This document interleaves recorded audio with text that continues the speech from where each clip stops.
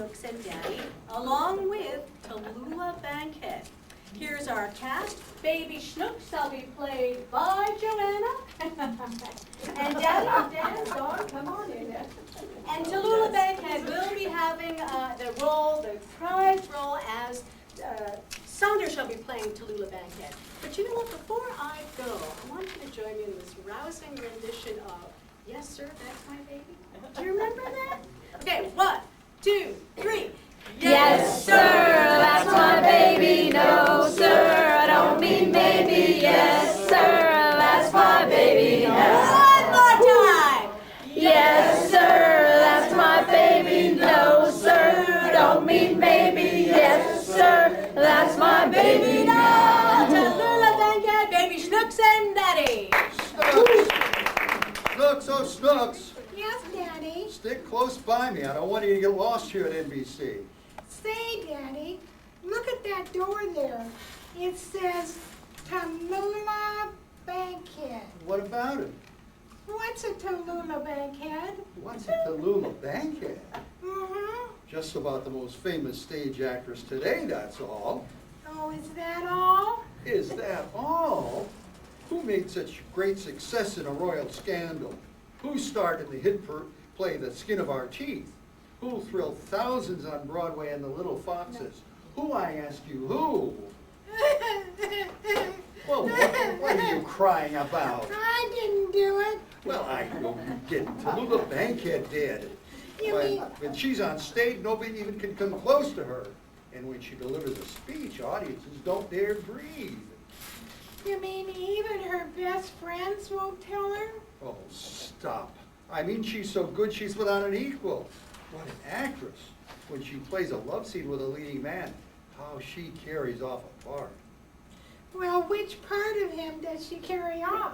Don't be silly. Gee, I'd like to be an actress when I grow up. Well, that's ridiculous. You're not pretty enough. You mean I'm ugly? Well, at least it's a clean-cut ugliness. Look, stay here a minute, be back soon. All right, Daddy. I don't care what Daddy says. I'm going to be an actress when I grow up. Like Tallulah Bankhead. Say, I know what I'll do. While Daddy's gone, I'll knock on her door and I'll ask her how to get to be one. Yeah. Come in. Hello, Miss Bankhead. Can I ask you something? Please take those sweaty little paws off my catty Carnegie gown, or I'll slug you one. Gee, you wouldn't hit a little girl, would you? No, but if you're as obnoxious as you look, I may boot you one. Well, get over with it. What have you got on your chest? Nothing. I told you I was a little girl. I was right. This darling is obnoxious. I mean, what do you want to ask me? Well, how can I get to be a big actress like you? Don't be ridiculous, my dear. No one can be like me. Sometimes I even have trouble. If that's all that's worrying you, goodbye, darling. Well, I want to be an actress when I grow up. Oh, are you going to grow up? Yeah. I should think you'd be discouraged enough already. Gee, maybe Daddy was right. I guess I am too ugly to be an actress. Your father told you that? Yeah. Why, the nerve of the man. Why, that's what they told me. That's what my father told me when I was a kid. It really soured me. Yeah, it sure has. I meant at the time. Well, now, don't you believe it, darling? You can be an actress if you want. You're not ugly. Yes, I am. Even you said so before. And it's true. At parties, boys never call me in for kissing games. They don't like me. Oh, boys, what do they know? They know they don't like me. I'm ugly. Yes, I am. Darling, as much as I hate to let my good side come out, let me tell you something. Now, you're not ugly. Well, not for the stage anyway. You see, for the stage, there are many different kinds of beauty. Now, for instance, there's a delicate beauty, of course. That's not your kind.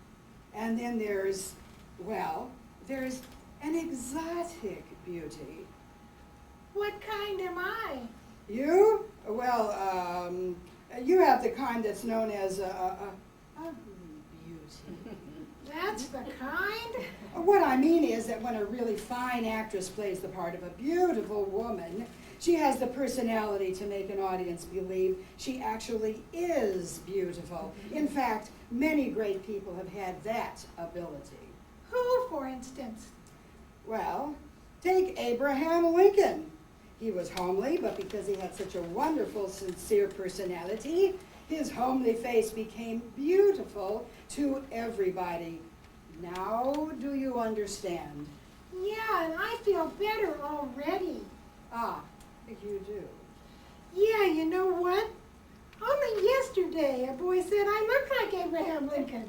Oh, good heavens. There is a resemblance.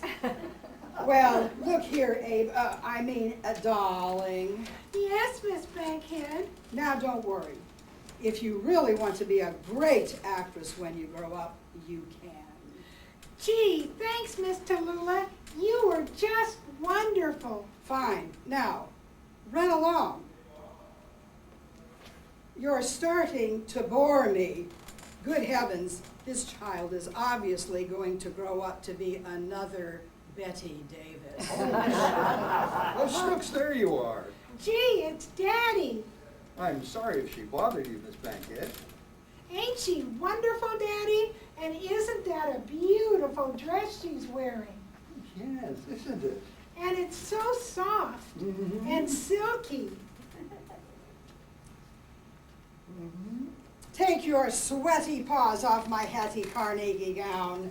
And I mean you, Daddy. I beg your pardon, I'm sorry. Well, come on, Snooks. I really do hope we haven't bothered you. Come on, Snooks, say goodbye to Miss Bankhead and tell her you're sorry you bothered her.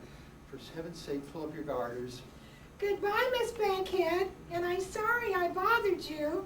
And for heaven's sakes, pull up your garter. Darling, darling.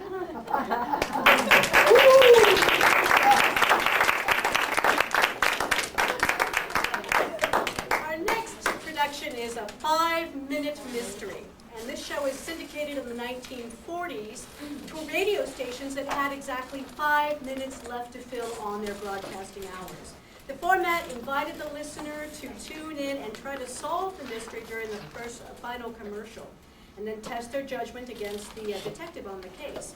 We now present our 5-minute mysteries with the following cast. Cast, we're up.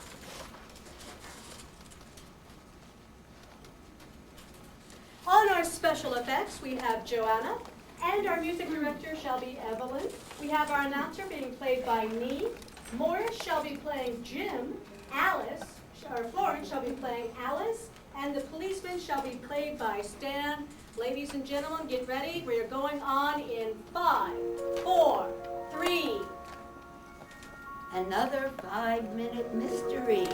See if you can solve the case before the end of the program. A car pulls up.